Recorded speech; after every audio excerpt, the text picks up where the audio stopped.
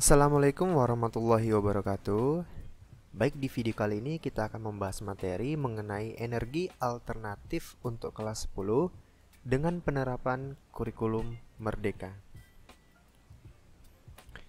Adapun tujuan pembelajaran kita, yang pertama, mengidentifikasi jenis-jenis energi dan mendeskripsikan perubahan energi yang terjadi di dalam kehidupan sehari-hari. Yang kedua, menganalisis masalah sumber energi dan dampaknya dalam kehidupan masyarakat modern. Yang ketiga, mengidentifikasi dan mendeskripsikan sumber energi alternatif. Yang keempat, menganalisis transformasi energi pada produk teknologi. Dan yang kelima, mendesain produk kreatif dalam bidang energi terbarukan, kemudian melakukan uji coba terhadap produk tersebut. Inilah tujuan pembelajaran kita kali ini.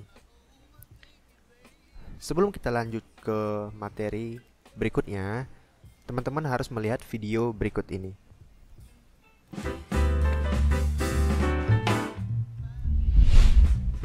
Masak, jalan-jalan, atau nonton YouTube di HP.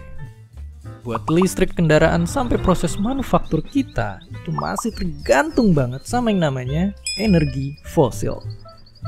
Tapi mungkin kita semua juga udah tahu kalau energi fosil itu nggak baik buat lingkungan kita. Tapi pertanyaannya, kira-kira apa jadinya kalau semua energi fosil ini kita musnahin aja? Apakah kita bisa berhentiin tiba-tiba gitu aja? Sayangnya, tentu aja enggak. Karena banyak aspek-aspek di kehidupan kita yang akan langsung terganggu. Korban pertama adalah listrik. Ya, dari TV, komputer, bahkan sampai sinyal HP kita bakal mati. Karena lebih dari 80% listrik di dunia itu ternyata dihasilin dari bahan bakar fosil. Jadi buat yang nggak tinggal di tempat-tempat ini, kita nggak bakal bisa ngecas HP. Dan setelah itu, mobil-mobil pun nggak bisa ngisi bensin karena pom bensinnya kosong. Bukan berarti mobil listrik bakal baik-baik aja, karena selama listriknya berasal dari energi fosil, baterainya pun tetap nggak akan bisa di-charge. Dan tentu saja itu cuma sebagian kecil aja. Masih banyak banget efek domino yang bisa kejadian kalau kita secara tiba-tiba berhenti pakai bahan bakar fosil. Oke, ternyata masalah ini nggak kayak Instagram mantan yang kalau kita unfollow kayaknya masalahnya udah langsung kelar. Tapi, akankah alam bakal kembali ke kondisi semula, yaitu sebelum ada revolusi industri? Jawaban simpelnya nggak juga, karena temperatur bumi bakal tetap naik terus. Itu kejadian karena air laut yang udah terlanjur panas. Ibaratnya ini adalah kayak air mendidih yang bakal terus manasin udara di sekitarnya walaupun kompornya udah dimatiin. Dan sekarang fakta mengejutkannya, bumi udah lebih panas hampir 1 derajat semenjak revolusi industri. Ya, walaupun gak kelihatan banyak, coba bayangin tubuh kita. Kalau suhu tubuh kalian naik 1 derajat aja, kita udah demam. Naik 2 derajat, kita udah masuk rumah sakit. Apalagi kalau makin panas. Selain itu pun, kalau kita berhenti, karbon yang kita lepas ke atmosfer bakal tetap nyemarin lingkungan. Bahkan sebuah penelitian juga bilang kalau pencemaran kita bakal bertahan lebih dari 100.000 tahun. Sungguh sangat menyeramkan. Walaupun begitu, bukan berarti kita malah putus asa. Kalau kita diemin aja, keadaan di bumi bakal jauh lebih parah. Kayak di negara-negara tadi, kita perlu ubah energi fosil kita ke energi terbarukan. Nggak cuma nurunin emisi karbon, pindah ke energi terbarukan juga bisa ningkatin kesehatan. Fakta mengerikannya, sebuah penelitian bahkan bilang kalau di tahun 2018 ada lebih dari 8 juta orang yang meninggal karena polusi pembakaran energi fosil. Atau ngerinya, itu hampir setara sama populasi Jakarta. Sungguh mengerikan. Oke, jadi ngentin emisi pun emang bisa jadi langkah awal. Yang pastinya setelah itu kita juga harus secara aktif ngebersihin atmosfer kita. Walaupun semua ini prosesnya sulit, kita bisa mulai dari diri kita dulu. Kayak pakai kendaraan umum, pertimbangin masang panel surya di atap rumah, dan gak lupa nyirit listrik. Tentu aja gak lupa juga untuk ngingetin pemerintah buat buruan ngembangin energi terbarukan. Dan seperti biasa, terima kasih.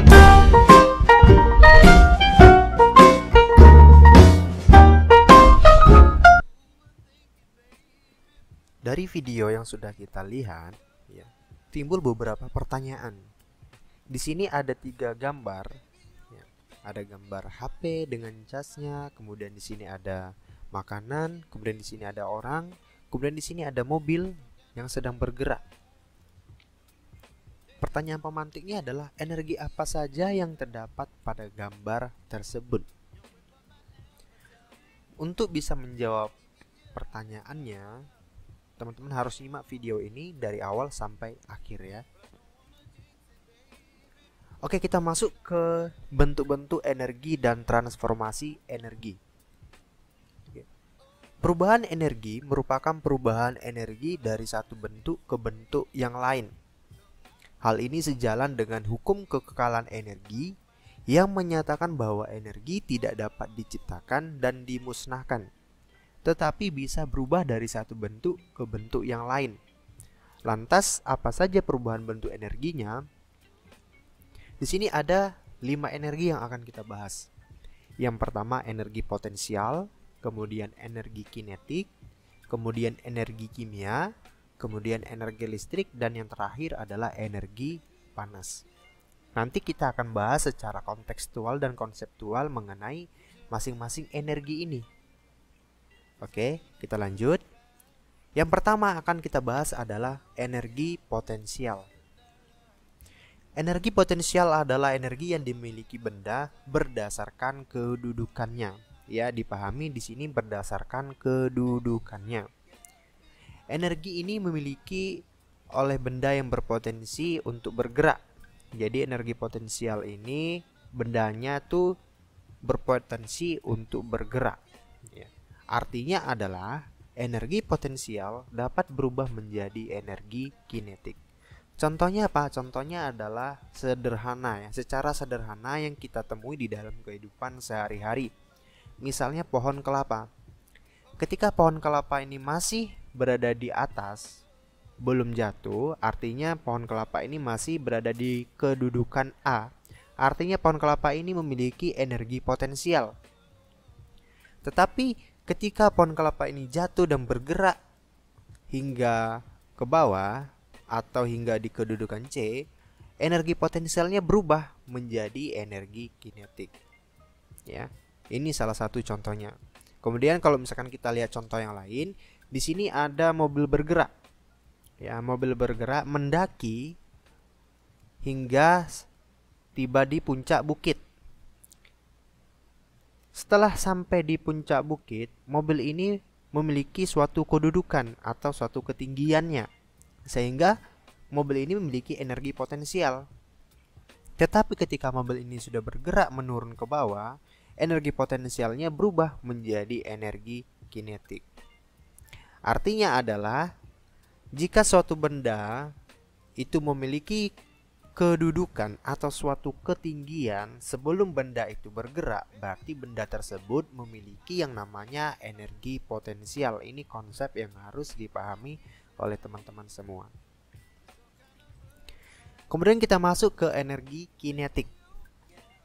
Energi kinetik adalah energi yang dimiliki pada benda yang bergerak ya. Kalau tadi energi potensial berdasarkan kedudukannya, sementara energi kinetik adalah pada benda yang sudah bergerak. Ini konsepnya. Pergerakan sebuah benda itu terjadi karena adanya kerja atau usaha. Ya. Kemudian, energi kinetik ini bisa berubah menjadi energi yang lain. Misalnya, perubahan energi kinetik menjadi energi panas. Contohnya apa? Contohnya adalah ketika kita mengendarai sepeda, maka ban ini dengan aspal akan terjadi yang namanya gesekan, sehingga ban ini akan menjadi panas. Ya, ini secara umum kita melihat energi kinetik menjadi energi yang panas. Kemudian energi kinetik itu bisa berubah menjadi energi bunyi.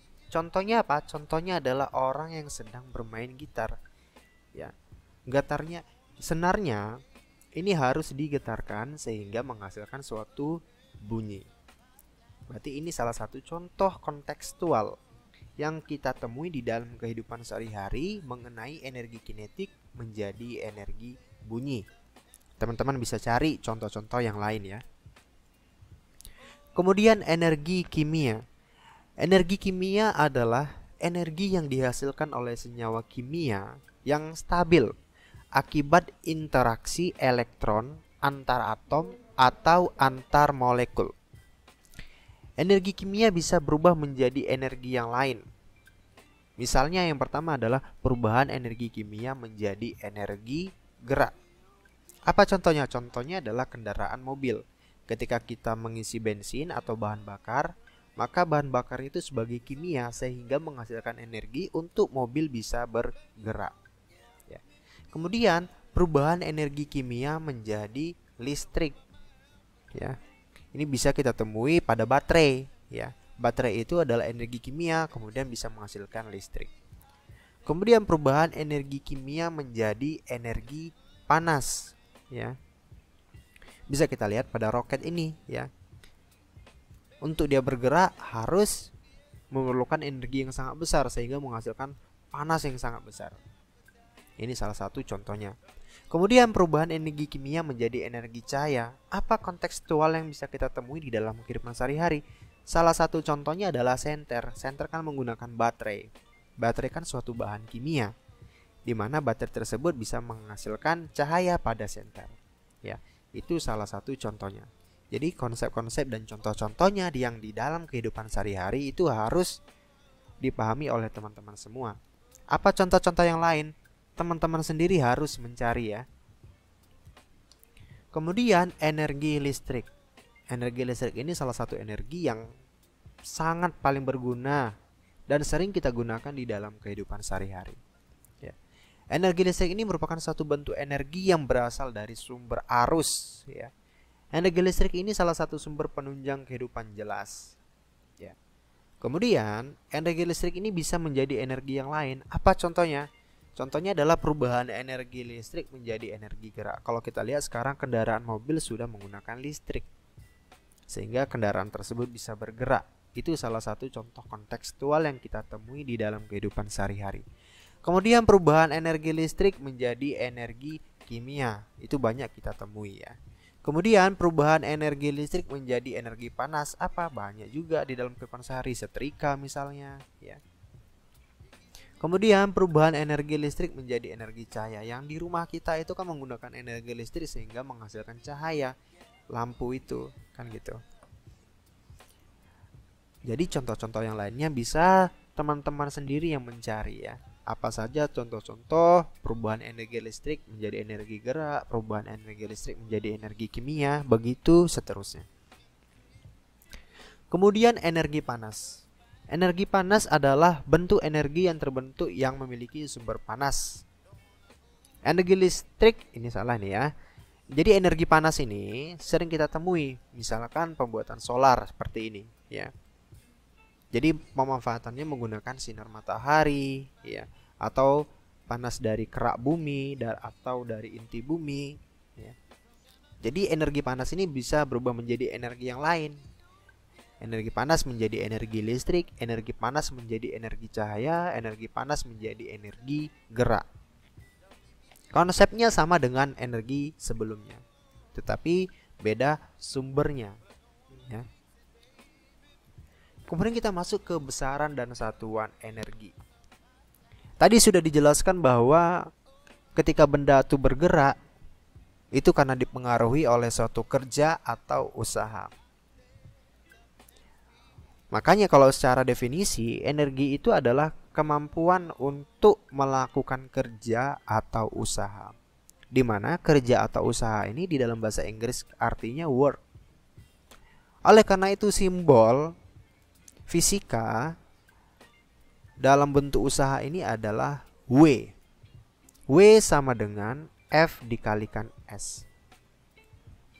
W ini adalah usaha, satuannya joule. Kemudian F ini adalah gaya, satuannya Newton. Dan S ini adalah jarak, satuannya meter. Dan di mana 1 kalori itu sama dengan 4,2 joule. Jadi ini harus dipahami oleh teman-teman semua. Kemudian energi potensial, simbolnya adalah EP. Di mana persamaan untuk mencari energi potensial itu adalah massa dikalikan gravitasi dikalikan ketinggian. ya. M ini adalah massa, G ini adalah gravitasi atau percepatan gravitasi, H ini adalah ketinggian. Di mana nilai G ini sudah ada nilai ketetapannya ya. Jadi teman-teman jangan sampai lupa. Jadi nilai gravitasi itu sudah ada ketetapannya. Nilai gravitasi ini kan 9,8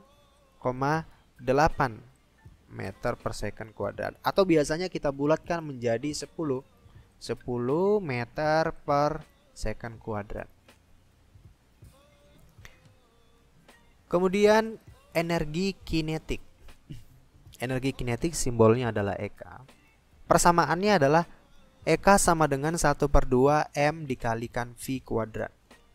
Karena tadi energi kinetik itu dia adalah benda yang bergerak, sedangkan potensial itu adalah benda yang berada di kedudukannya atau benda yang dimiliki suatu ketinggian. H adalah ketinggiannya ya. Kalau bendanya bergerak, maka di sini ada kecepatan benda ya. M adalah massa, V-nya adalah kecepatan benda dikuadratkan. Kemudian energi listrik. Energi listrik simbolnya adalah W. Persamaannya adalah W sama dengan P dikalikan T. P ini apa? P ini adalah daya. T adalah waktu. Sementara untuk menentukan daya ini ada persamaan yang lain. Persamaannya apa? Persamaannya adalah volt dikalikan I atau tegangan dikalikan kuat arus. Ya. Jadi di sini ada beberapa persamaan besaran dan satuan energi yang harus dipahami oleh teman-teman semua. Tetapi ini secara dasar ya. Jadi teman-teman nggak kesulitan untuk menjawab soal nanti. Jadi ini rumus-rumus sederhana, rumus-rumus tidak terlalu rumit dan perlu pemahaman saja. W itu apa, P itu apa, T itu apa, M itu apa, V itu apa.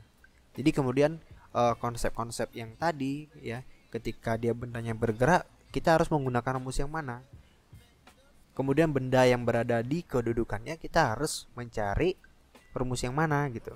Jadi itu sebenarnya yang harus dipahami oleh teman-teman semua. Oke, untuk memahami ya, kalau misalkan kita dimiliki oleh satu persamaan, maka pemahaman tersebut harus diimplementasikan ke dalam bentuk soal. Apakah paham atau tidak? Gitu. Berarti di sini kita masuk ke dalam bentuk soalnya. Di sini ada suatu permasalahan ya. Di sini ada Jaki dan Ihsan selesai mengumpulkan kelapa di dalam gerobak. Mereka ingin membawa kelapa tersebut ke rumah Pak Adrian selaku toke kelapa dan menjualnya.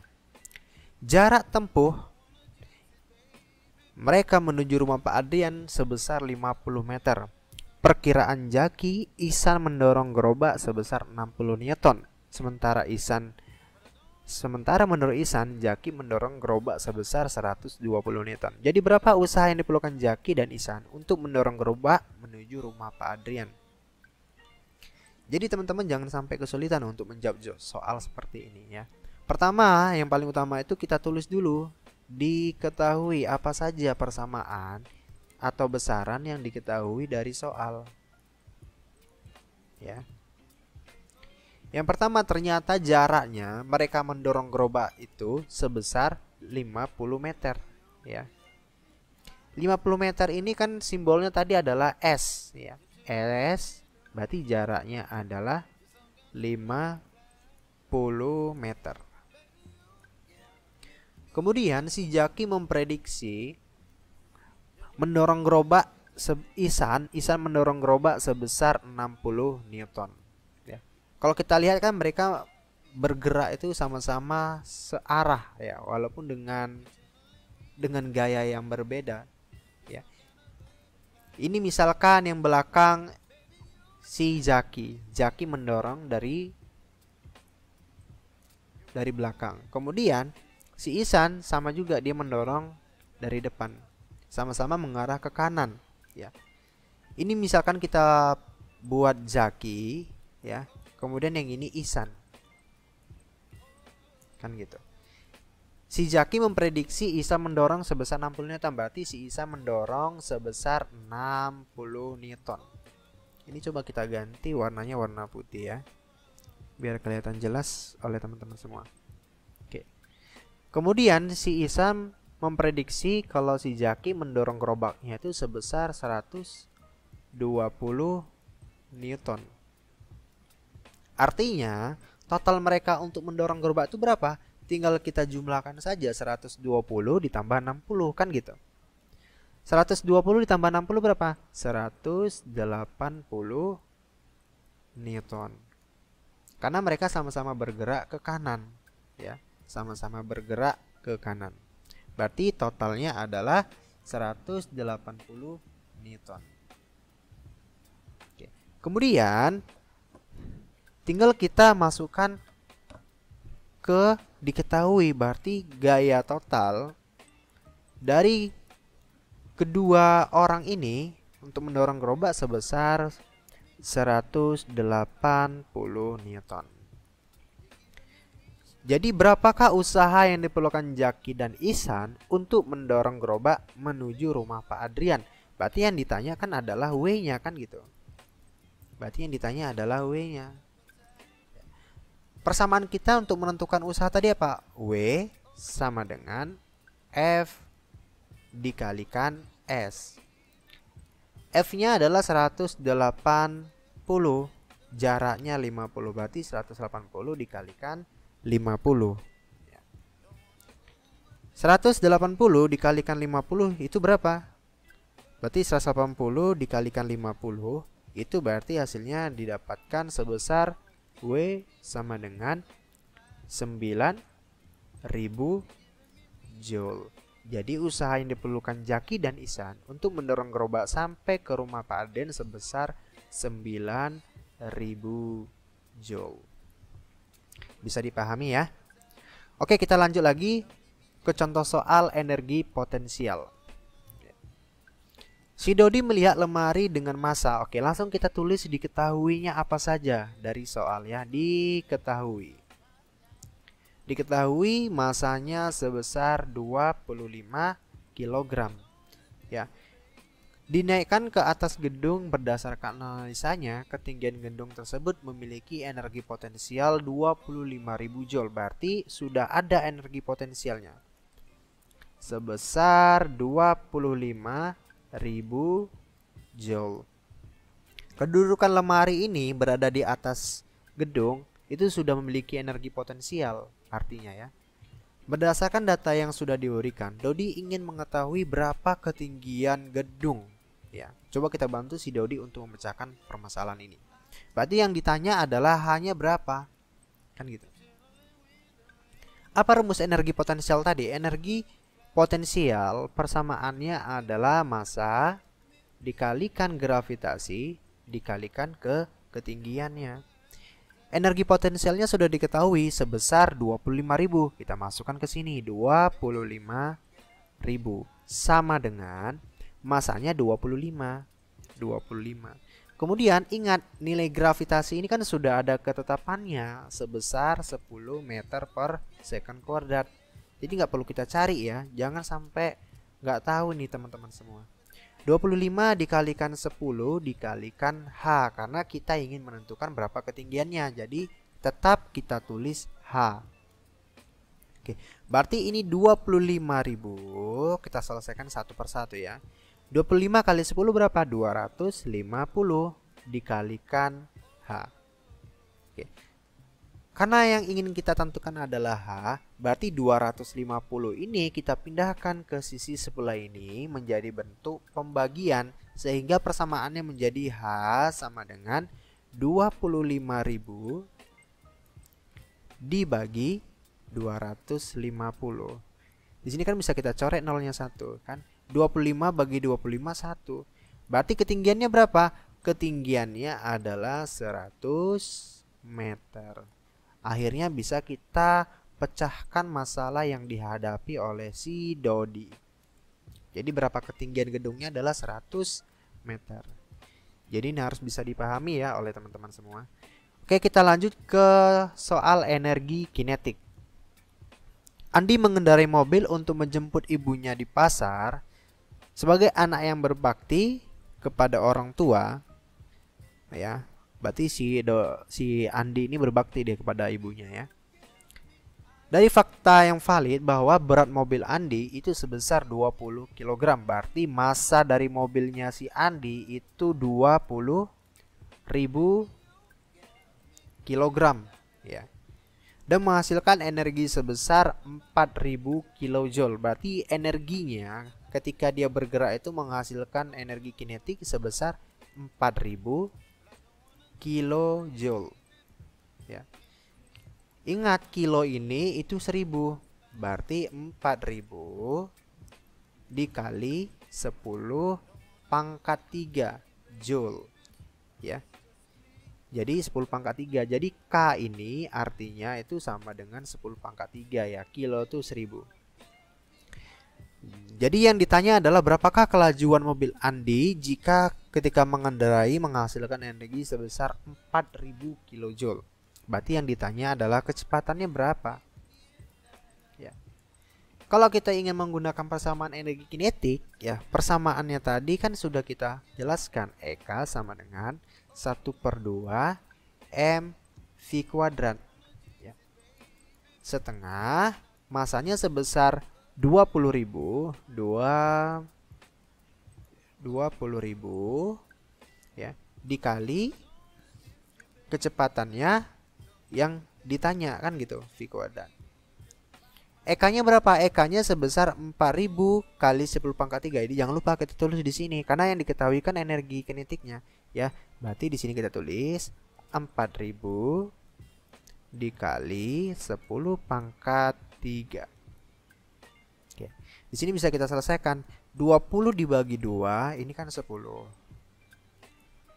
Ya, berarti ini 4000 dikali 10 pangkat 3 sama dengan 10.000 dikali v kuadrat. Oke. Jadi di sini 0 di sini ada 1 2 3, ini bisa dicoret dengan 0 3 yang ada di sini 1 2 3. Ini trik cepatnya gitu. Jadi bisa kita coret langsung. Ya. Kemudian tersisa 4 kali 10 pangkat 3 ya, sama dengan 10 dikali v kuadrat. Oke, berarti di sini untuk menentukan v kuadratnya 10-nya itu kita pindahkan. Berarti 4 dikali 10 pangkat 3 dibagi 10 kan gitu. Berarti kita dapatkan v kuadratnya itu sama dengan 400 ya. Jadi akar dari 400, berapa akar dari 400? V sama dengan 20. Berarti kecepatannya adalah 20 meter per second. Oke. Jadi bisa ya dipahami oleh teman-teman semua ya. Jadi V kuadrat ini artinya sama dengan bentuk akar jadinya nanti. Berarti V sama dengan akar 400. Akar 400 berapa? Akar 400 itu adalah 20. Bisa dipahami ya? Oke, kita lanjut ke energi listrik ya. Bagaimana bentuk soalnya? Sebelum berangkat kerja, ayah Tony menggosok baju dengan keburu-buru. Tony mengamati ayahnya dengan serius. Tony melihat setrika yang digunakan ayahnya menarik kuat arus sebesar 20 ampere. Berarti di sini arusnya sudah diketahui ya. Kita tulis arusnya ini sebesar 20 ampere ya.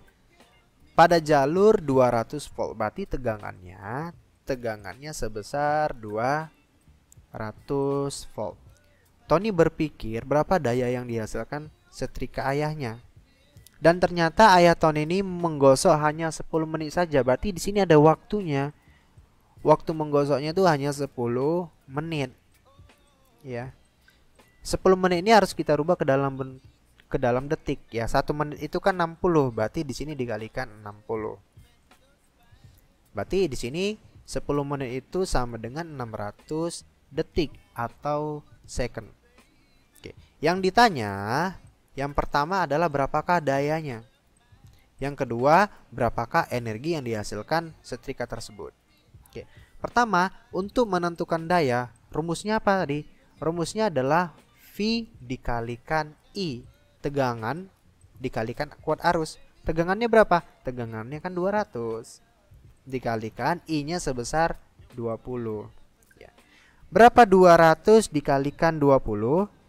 Berarti kita dapatkan hasilnya adalah 4000. Satuan dari daya itu adalah watt. Tadi sudah kita bahas di besaran dan satuan dari energi ya. Kemudian ini sudah kita dapat nih jawaban ya. Jawaban dari daya adalah 4000-an. Berapa energinya? Energinya untuk mencari energi tadi itu kan W sama dengan ya P dikalikan T ya. Untuk mencari energinya adalah persamaannya W sama dengan P dikalikan T. Jadi berapa energi yang dihasilkan selama 10 menit bisa kita tentukan. Dayanya sudah kita dapat, dayanya 4000. Dayanya 4000-an dikalikan waktunya dalam bentuk detik tadi ya, 600 ya. Jadi tinggal kita kalikan saja. Ini 6 kali 4 kan 24.